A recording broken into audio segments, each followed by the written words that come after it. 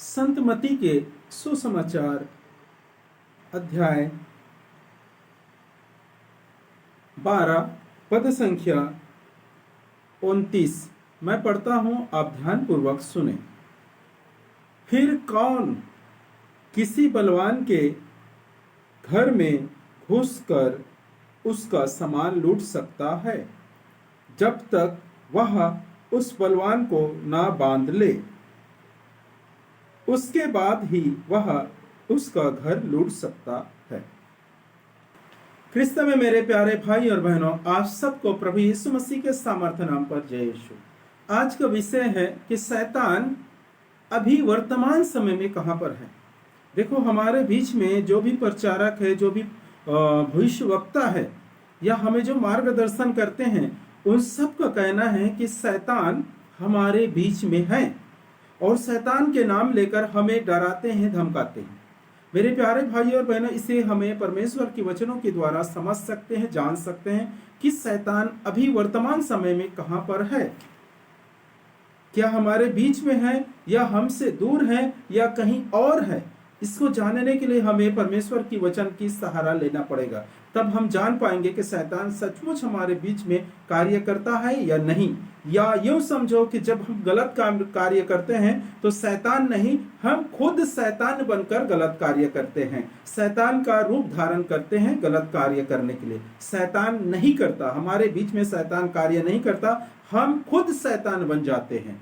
इसको हमें समझना बहुत जरूरी है। मेरे प्यारे भाई और बहनों, बहुत सारे प्रचारक हैं, बहुत सारे उपदेश देने वाला है, हमारे पास्टर लोग हैं जो हर हमेशा शैतान के नाम लेकर हमें डराते हैं, धमकाते हैं और हमें सत्य से बहकाने की कोशिश करते हैं। सत्य ये है कि हमारे बीच से शैतान नहीं है, हमारे बीच में शैतान का उपस्थिति नहीं है।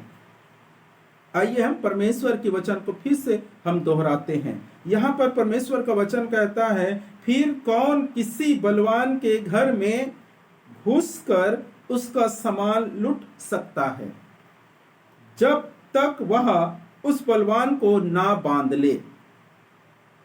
उसके बाद ही वह उसका घर लूट सकता है। परमेश्वर का वचन यहाँ पर कह रहा है, देखो, मैं इसे समझाने के लिए, परमेश्वर के वचन को आपको समझाने के लिए ये शैतान के विषय में कह रहा है। इसे मैं समझाने के लिए आपको सरल तरीका से उदाहरण देता हूं, सरल तरीका से आपको समझाने की कोशिश करता हूं। देखिए, जब आप कोई भी गांव या कोई भी शहर या कहीं पर भी रहते हैं तो आपके कोई ना कोई पड़ोसी है और वो पड़ोसी समझो कि आपसे बलवान है, आपसे सामर्थ्यवान है, आपसे बुद्धि में तेज है और आप चाहते हैं उसके घर का कुछ भी ऐसे सामान है जो आपको पसंद है, वो लूटना चाहते हैं, उसे हासिल करना चाहते हैं और उसे मांगने पर तो वो नहीं देगा। यदि आप उसे मांगते हैं तो क्या वो देगा? नहीं देगा। तो आपको क्या करना पड़ेगा? आपको पसंद ही है, उसे तो हासिल करना है, तो उसे क्या करना है? लूट या चोरी बोले जाते हैं दूसरे भाषा में। उसे अपने हाथ पर लाना है, अपने अधिकार पे लाना है ना, अपने को अपने पास लाना है उसे, तो उसे लूट और चोरी कहा जाता है। तो उसे हम कैसे ला सकते हैं, कैसे ला सकते हैं? तो परमेश्वर का वचन यहाँ पर कहता है, उस बलवान को अर्थात आपके पड़ोसी को या तो मार गिराना पड़ेगा या उससे बांधना पड़ेगा, उसे बांधना पड़ेगा, तभी आप उसके घर के सामान को लूट सकते हैं।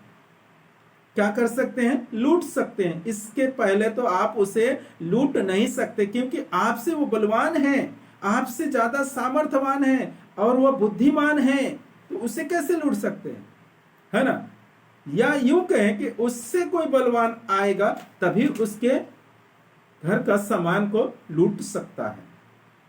तो यहां पर किसकी बात हो रहा है? शैतान की बातें हो रहा है। इस जब संसार को पिता ईश्वर ने सृष्टि किए थे, पृथ्वी को बनाए थे और आदम हेवा को बनाया जब, और आदम के बगीचा को बनाया, तो आदम को वहां पर रखा पिता ईश्वर ने, तो वहां पर क्या हुआ घटना आप लोग को मालूम है। सांप आकर हेवा को भड़काया और उस फल खाने के लिए मजबूर किया, या यूं समझो कि उसने उसकी बात मानकर फल खा लिया। उसके बाद अपने पति आदम को भी उस फल को दिया और उस फल को आदम ने भी खा लिया। इसके द्वारा आदम के ऊपर श्राप आया और इस धरती पर भी श्राप आ गया, इस सृष्टि पर भी सृष्टि भी श्रापित हो गया। तो हम उसे कहां पर पढ़ते हैं? उत्पत्ति ग्रंथ अध्याय 3 पद संख्या 17 में पढ़ते हैं, भूमि तुम्हारे कारण श्रापित हो गई। भूमि तुम्हारे कारण श्रापित हो गई। पिता ईश्वर ने आदम से कहा भूमि तुम्हारे कारण श्रापित हो गया, और भूमि श्रापित होने के कारण वो शैतान के हाथ में चले गए। किसके हाथ में गया? शैतान के हाथ में चले गया। अभी ये भूमि, ये दुनिया किसके हाथ में है? शैतान के हाथ में। जितने भी आदम के बाद मानव जन्म लिए, मानव जाति का जनसंख्या बढ़ते गया, वो सब किसके राज्य में शामिल थे? शैतान के राज्य में। शैतान के राज्य के अधिकारी थे, उसके घर का है समझो, इस प्रकार से हो गए थे लोग।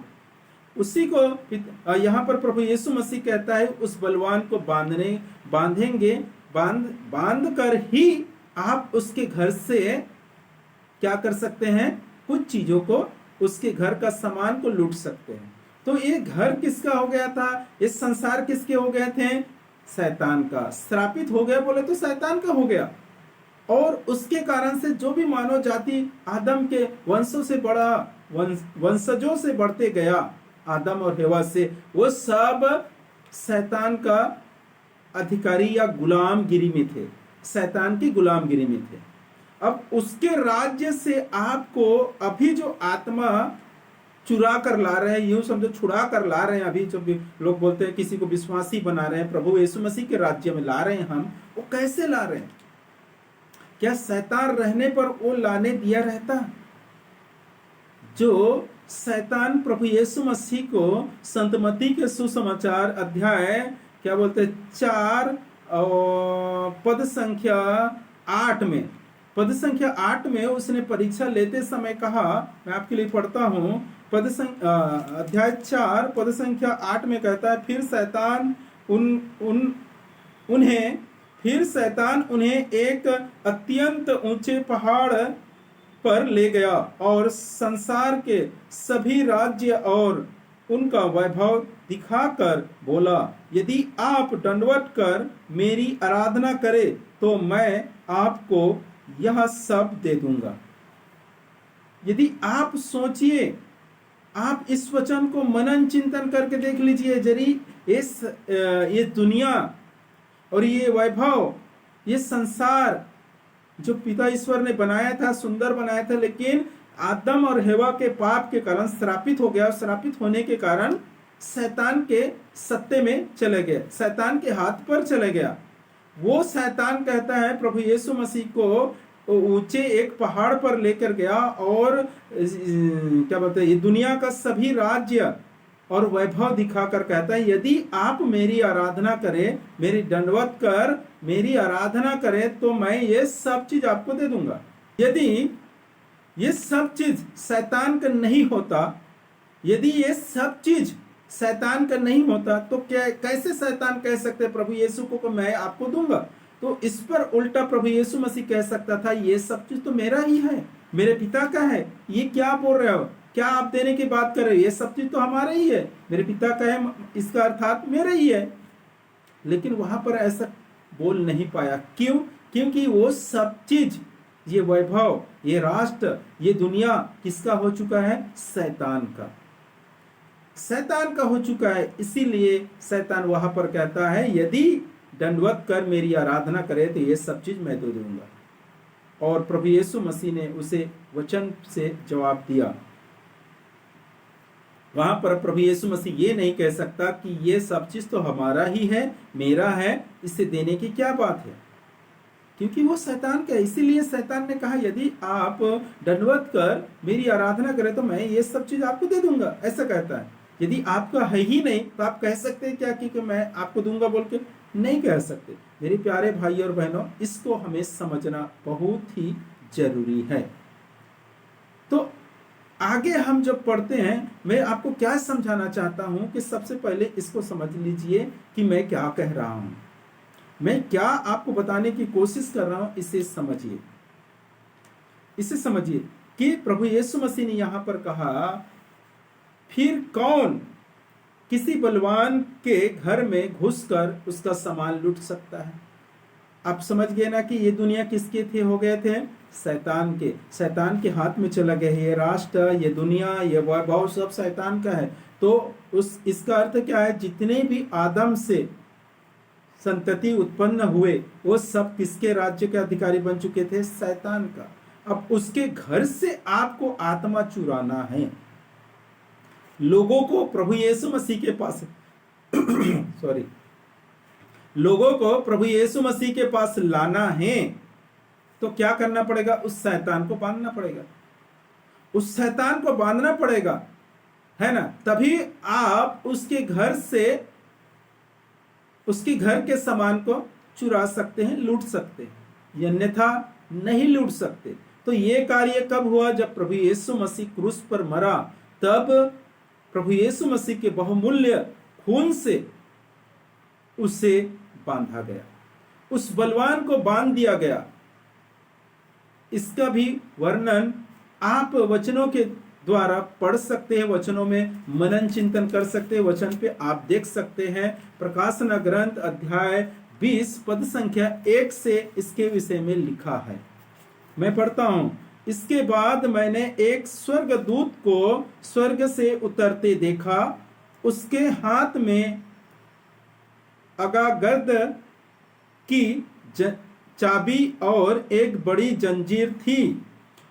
उसने पंखदार सर्प को, उस पुराने सांप अर्थात इब्लिस को, इब्लिस था, शैतान को पकड़कर 1000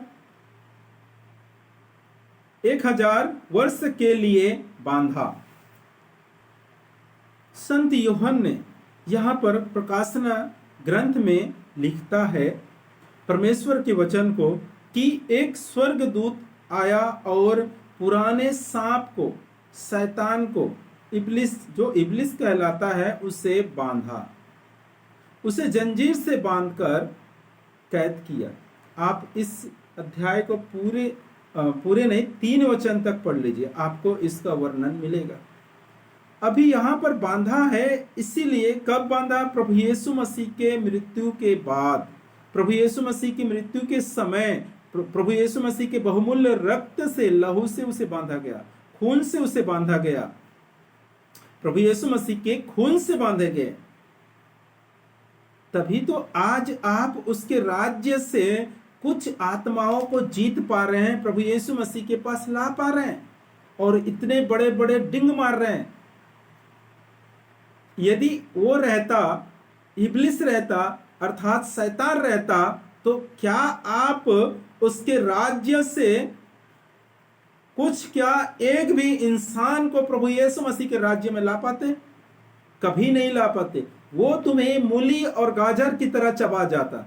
जो शैतान प्रभु यीशु मसीह का परीक्षा लेने के लिए आए थे, क्या वो तुम्हें अपने राज्य से किसी इंसान को प्रभु यीशु मसीह के राज्य में लाने देता? नहीं लाने देता। वो तुम्हें गाजर मूली की तरह चबा जाता। इतना खतरनाक है। इसीलिए प्रभु यीशु मसीह ने उसे बांधा, प्रभु यीशु मसीह के दूत उसे बांध कर रखा। क्यों? क्योंकि आप लोग जो डिंग मारते हैं आज के समय में, वो लोग प्रभु यीशु मसीह के राज्य के लिए कुछ आत्माओं को उसके राज्य से जीत कर ले आओ। तो मेरे प्यारे भाई और बहनों, आपको अब इस समझना बहुत जरूरी है कि शैतान इस दुनिया में नहीं है। अभी जो कार्य करने वाला है वो शैतान का दूत है, उसमें थोड़ा बहुत पावर है, ज्यादा पावर नहीं है। इसीलिए आप लोग उसे जीतते हैं, आप लोग उसे निकाल पाते हैं। यदि शैतान आ गया तो आपको मैं बता रहा हूं किस हाल तक ले जाएगा वो मैं नहीं बता सकता। आपको कैसे कर देगा, क्या करेगा वो नहीं बता सकता। शैतान है वो, उसे पूरी पावर है है ना, अभी वो बंधा हुआ है, इसलिए आप लोग डिंग मारते हैं। और कई ऐसे प्रचारक मैं देखा हूं, मैं नाम नहीं लेता किसी का बदनाम नहीं करता, वो भी प्रभु के कार्य कर रहा है क्योंकि प्रभु के नाम को फैला रहा है, ठीक है, अच्छी बात है। लेकिन अपने आप को प्रॉफिट कहते हैं, अपने आप को भविष्य वक्ता कहते हैं, और उसके सभा में आकर ये शैतान इब्लिस, आप देखिए ना कई वीडियो में कई कई लेडीज लोगों को ऐसे प्रार्थना करते समय हाँ ऐसे चालू हो जाते हैं और कहता है तुम कौन हो, जो नबी है, जो प्रॉफिट है, जो प्रॉफिट बोलते हैं अपने आप को, जो नबी बोलता है अपने आप को, भविष्य वक्ता बोलता है जो अपने आप को, वो कहता है, उससे पूछे आप कौन हो, वो कहता है मैं इब्लिस हूं, मैं पुराने शैतान इब्लिस, पुराने सर्प, ऐसा वो गवाही देते। और जो ये प्रॉफिट कहता है अपने आप को, जो भविष्यवक्ता कहता है, वो उसके साथ मजा ले रहा है। मजा ले रहा है कहने का मतलब क्या है, उसके साथ बातों में मजा ले रहा है कि देखो शैतान मुझसे मिलने आया है। अरे शैतान तो है ही नहीं, अभी उसे स्वर्गदूत बांध कर मोहर लगाया गया है, बोला है। आप ही वचन में पढ़े अध्याय 20, प्रकाशना ग्रंथ अध्याय 20 पद संख्या 1 से पढ़ लीजिए आप। वहां पर शैतान को स्वर्गदूत ने बांध कर मोहर लगा दिया है।